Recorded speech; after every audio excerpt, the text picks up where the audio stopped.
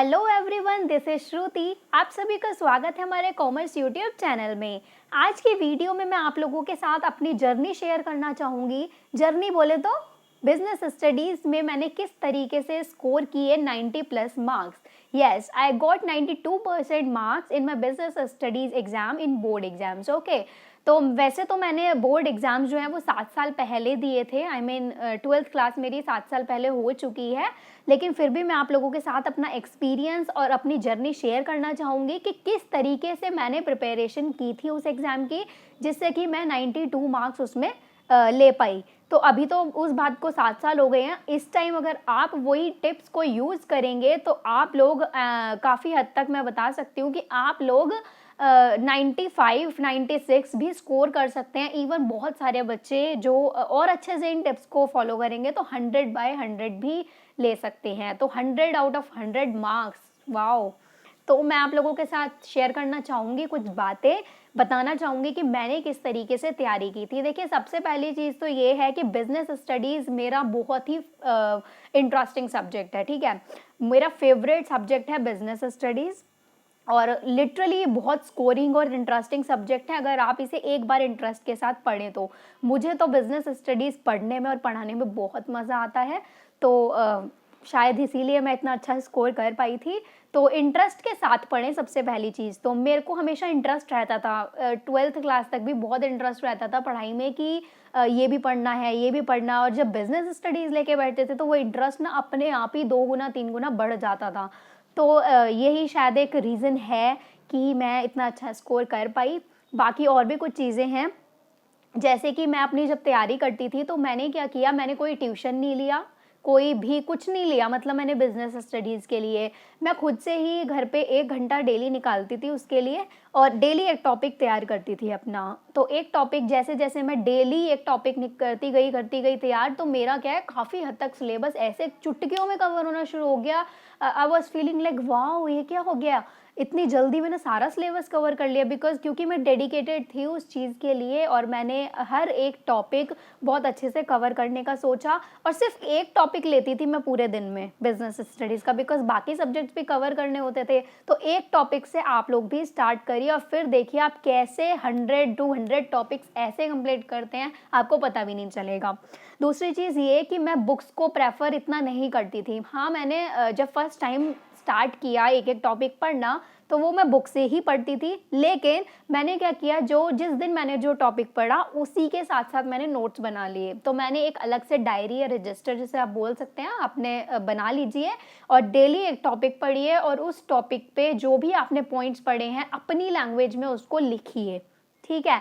तो ये बहुत अच्छा तरीका है, क्योंकि नोट्स अभी तो आप लोगों को लगेगा कि क्या नोट्स बनाना है, बुक से ही पढ़ लेंगे। लेकिन जिस टाइम आप लोगों के एग्ज़ाम आएँगे ना, सर पर जब भार पड़ेगा तो आप लोगों को लगेगा वाओ! काश हम नोट्स बना लेते ना, तो आज हम इतना अच्छा स्कोर कर पाते कि कोई कह भी नहीं सकता। तो इसीलिए मैं ये चीज़ आपको अभी बता रही हूँ। बहुत टाइम है अभी बोर्ड एग्जाम्स में। अगर नोट्स नहीं भी हैं तो अभी बना लीजिए। और भी वीडियोज़ हैं मेरे चैनल पर जिसमें मैंने आप लोगों को टॉपिक्स एक्सप्लेन किए हुए हैं, आप वीडियोज़ भी देख सकते हैं। तो नोट्स वेरी इंपॉर्टेंट, नोट्स आपको ज़रूर बनाने हैं। तीसरी चीज़ जो मैंने की थी, मैं हर एक टॉपिक के जब मैं नोट्स बनाती थी तो मैं उन्हें पॉइंट्स में लिखती थी। मैंने कभी पैराग्राफ्स में नहीं लिखा। ठीक है? इवन देखिए, मैं आप लोगों के लिए यहाँ पे वीडियोज़ बनाती हूँ तो आप खुद देख सकते हैं। अगर वीडियो का मैंने कोई यहाँ पर टॉपिक उठाया है तो मैं उन्हें पॉइंट्स में लिखती हूँ, बिकॉज़ ये अब मेरी हैबिट बन चुकी है। ठीक है? तो आप लोगों को भी यही करना है, जब भी आप नोट्स बनाएँ तो उन्हें पॉइंट्स में लिखें, क्योंकि पॉइंट्स आप लोगों को इतनी जल्दी मेमोराइज़ होते हैं कि पैराग्राफ आप पढ़ते रह जाएँगे 10 बार तब भी याद नहीं होगा। और उन्हीं पॉइंट्स को अगर आप 4 बार पढ़ लेंगे ना तो आपको ऐसे माइंड में सेट हो जाएगा, ऐसा लगेगा कि आप बहुत अच्छे तरीके से आपको ये टॉपिक आता है। तो पॉइंट्स में लिखिए ज़रूर। फोर्थ चीज़ जो मैंने ध्यान दी थी, दैट इज़ लैंग्वेज। मैंने लैंग्वेज पर ध्यान दिया। लैंग्वेज इन द सेंस कि जब भी आप क्वेश्चन का आंसर लिख रहे हैं तो वो आप किस वे में प्रेजेंट कर रहे हैं। तो basically presentation matters a lot. ठीक है? प्रेजेंटेशन आप लोगों को अच्छे से ध्यान में रख के प्रेजेंट करना है अपने आंसर्स को। और प्रेजेंटेशन देते हुए आंसर्स की बोर्ड एग्जाम में जब आप लिखते हैं तो मैंने जिस तरीके से लिखा था वो मैं आपको बताती हूँ। मान लीजिए एक क्वेश्चन है ऊपर, ठीक है, उसका मैं आंसर लिखने जा रही हूँ। तो सबसे पहले मैंने इंट्रोडक्शन दिया, हेडिंग दी इंट्रोडक्शन। इंट्रोडक्शन में मैंने वो सारा लिखा जो मैं उस टॉपिक के बारे में बताना चाहती थी। उसके बाद जो मेन कंटेंट है, मान लीजिए कोई भी एग्जाम्पल है, define communication and the barriers of communication, इस तरीके का मान लीजिए कोई क्वेश्चन है फॉर एग्जांपल, तो आप लोग इंट्रोडक्शन में पहले तो लिखेंगे कि हम कम्युनिकेशन के बारे में सारा बताना चाहते हैं। फिर कंटेंट में आप सबसे पहले मीनिंग, डेफिनेशंस लिखेंगे, फीचर्स डालेंगे उसके, और बताएंगे उसमें कि बैरियर्स क्या क्या हैं, तो वो आ जाएगा आपका कंटेंट में। उसके बाद में बैरियर्स और प्रोसेस से रिलेटेड कोई फ्लो चार्ट ज़रूर बनाती थी हर एक क्वेश्चन के अंदर, ठीक है। तो हर एक आंसर को आपको रिप्रेजेंट करना है, तो आप लोग क्या करेंगे, फ्लो चार्ट उसमें डालेंगे, और एट द एंड मैं उस आंसर के कंक्लूजन देती थी, मैंने क्या आप सारे आंसर में लिखा है उसको कंक्लूड कर देती थी। तो this is the best way of presentation of any question, okay, specially in board exams. Board exams में प्रेजेंटेशन तो बहुत अच्छे से मैटर करती है और उसी के बेसिस पर आप लोगों को मार्क्स मिलते हैं। तो ये था प्रेजेंटेशन के बारे में। उसके बाद जो लास्ट चीज़ जो मैंने पर्सनली एक्सपीरियंस की या पर्सनली मैंने उसको फॉलो किया था, दैट वाज कि अब आप लोगों के माइंड में ये क्वेश्चन होगा कि अगर हम डेली 1 घंटा बिजनेस स्टडीज़ में एक ही टॉपिक पढ़ेंगे तो बाकी सब्जेक्ट्स को हम कैसे टाइम देंगे, ठीक है। तो इसीलिए मैंने 1 घंटा निकाला था ना, मतलब मैं चाहती तो मैं 4 घंटे भी उस सब्जेक्ट को पढ़ सकती थी। तो आप लोगों को बेसिकली क्या करना है, डिवाइड करनी है चीज़ें, हर एक सब्जेक्ट को डिवाइड कर दो कि 2 दिन आप लोगों को ये सब्जेक्ट पढ़ने हैं 2-2 घंटे, और अगले मतलब एक दिन में आप ये 2 सब्जेक्ट्स पढ़ेंगे 2-2 घंटे, अगले दिन आप दूसरे 2 सब्जेक्ट पढ़ेंगे 2 घंटे, उससे अगले दिन आप दूसरे 2 सब्जेक्ट्स पढ़ेंगे 2-2 घंटे। तो इस तरीके से आप लोगों को अपना टाइम टेबल फॉर्म करना पड़ेगा, डिवाइड करना पड़ेगा कि किस दिन कौन सा टॉपिक आपको पढ़ना है।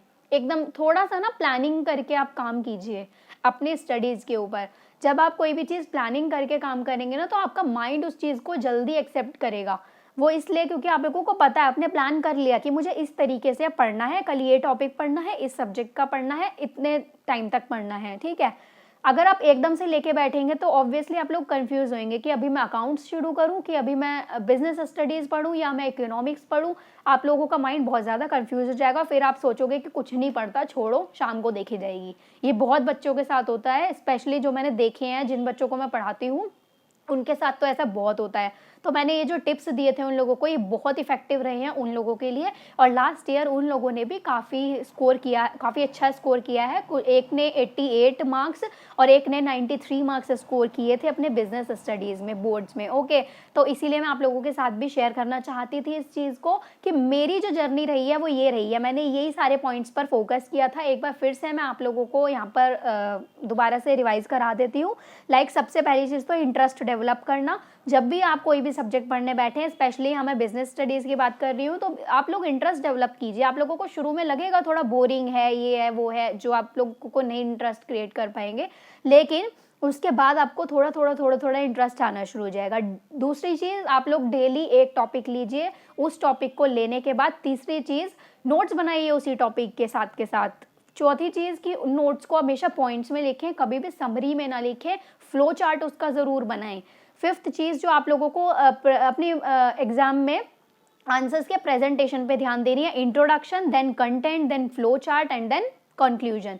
तो इस तरीके से ये आप लोगों को वहाँ पर प्रेजेंट करना है। और बाकी चीज़ कि आप लोगों को सिलेबस को डिवाइड करके पढ़ना है, हौच पौच नहीं करनी, बहुत मैसअप हो जाता है, मैं जानती हूँ, इसीलिए डिवाइड करके पढ़िए और माइंड को बिल्कुल शांत रख के पढ़िए। जैसा मैं अपने और वीडियोज़ में भी आपको बताती हूँ, मेडिटेशन कीजिए सबसे पहली चीज़, ठीक है, बहुत इंपॉर्टेंट है। एग्ज़ाम में भी मतलब एग्ज़ाम देने से पहले भी और कभी भी पढ़ने बैठे हैं तो उससे 5-10 मिनट पहले मेडिटेशन ज़रूर करें, ठीक है।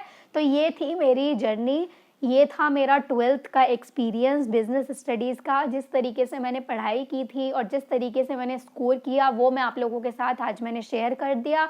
आई होप आप सभी लोगों को पसंद आया होगा और शायद मोटिवेशन भी मिला होगा कि आप बहुत ज़्यादा भी ना पढ़ के इतना अच्छा स्कोर कर सकते हैं अगर आप स्मार्ट स्टडी करें। हार्ड वर्क तो सब करते हैं, लेकिन स्मार्ट स्टडी बहुत ज़्यादा ज़रूरी है, ठीक है। क्या चीज़ पढ़नी है, क्या नहीं पढ़नी, इस पर ध्यान देना और इन सारे पॉइंट्स को फॉलो ज़रूर करना। मैं आप लोगों को गारंटी दे सकती हूँ कि बहुत अच्छे से स्कोर करेंगे अगर मन लगाकर पढ़ाई करेंगे तो, ठीक है। फिर और वीडियोस में मिलते हैं, और भी ढेर सारी टिप्स और ट्रिक्स लेकर मैं आप लोगों के लिए आती रहूँगी। और मेरे चैनल को, अगर आप लोगों को वीडियोस पसंद आ रही हैं तो मेरे चैनल को सब्सक्राइब ज़रूर करें, ज़्यादा से ज़्यादा शेयर करें अपने फ्रेंड्स के साथ, और सब्सक्राइब के साथ में जो बेल आइकन है उसको ज़रूर प्रेस करें, ताकि ऐसे ही और भी वीडियोज़ मैं लाती रहूँ तो आप लोगों को नोटिफिकेशन सबसे पहले मिले। तो फिर मिलते हैं किसी और वीडियो में। बाय, ध्यान रखिएगा अपना, टेक केयर।